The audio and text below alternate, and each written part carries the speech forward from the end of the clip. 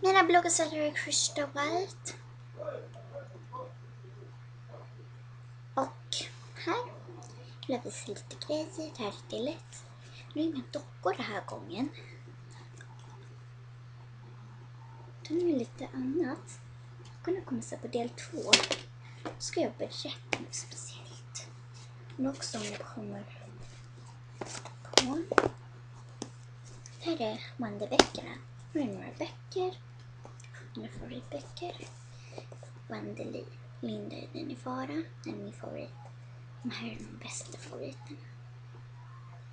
Det handlar om. Och det här är Hästtjuvar på Lindhöjden.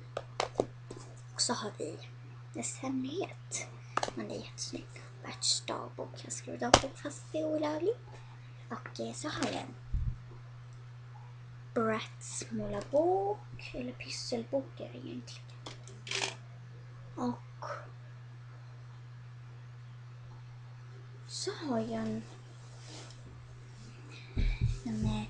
Barbie Jojo. Love, love, love står det. Fan, jag ser väl efternamn. Och så har vi Sparbössor med hundar. Det här är Luke och Leia, Mini, Cindy, Buddy och Millie. Jag har inte extra visa så mycket. Vi går vidare, min mobil. Och så har vi jag har lite grejer om Top Model, men det kan jag kanske visa någon annan dag. Det här var något speciellt jag berättade.